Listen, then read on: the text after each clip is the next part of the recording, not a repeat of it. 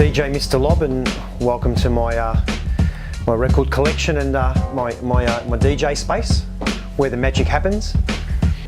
So I'm predominantly doing 45s now. Sometimes I take out 12s, hip-hop 12s or funk and soul 12s. Occasionally I have a jazz gig, but predominantly, yeah, 99% vinyl. For me, 45s are about the pure essence of the song. There's a reason they're a 45, they were a single. You know, they were the bomb generally, you know. And I think there's a real art to controlling 45s. I mean, you know, Russell Cole's Sydney Def Jam adapters have made a huge difference to the way to be able to DJ with 45s. I mean, they've changed the game, truthfully. They weigh the record down, they lock it in, which gives you the control like a 12-inch record because they've got much more weight on them and much more pressure. The needles track better, so that's made me want to play them even more. And the fact is, a lot of people there's a lot of labels issuing 45s now. Big ups to people like Mark Hype and Dusty Donuts and Wax Nerds and labels like that that are putting out great 45s today. I guess as music becomes so disposable and throwaway now, I love the tactileness. You know, like many other collectors, I love reading the liner notes and who played on it and who made it and what label, and I just enjoy it more, enjoy the feel. Hip hop is really what introduced me to what's become my biggest love, which is jazz. My introduction into jazz from this album, Us Three, great big album on Blue Note. They basically mined the Blue Note catalogue and got permission to use all the samples and created this jazz hop masterpiece.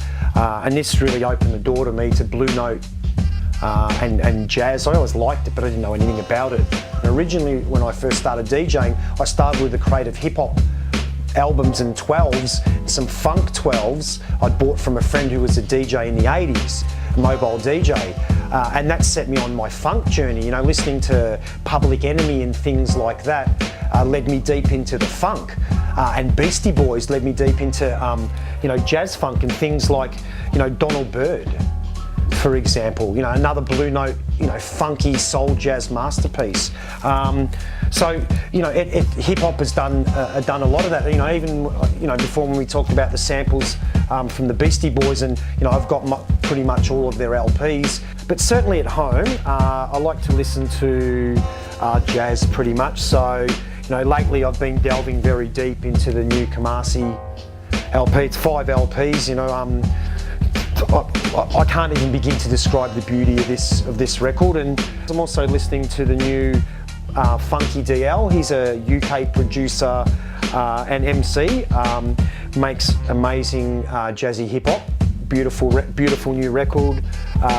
I'm madly in love with the brand new John Coltrane, Both Directions at Once, the Lost album.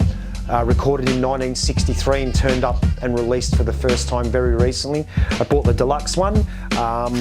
Amazing record.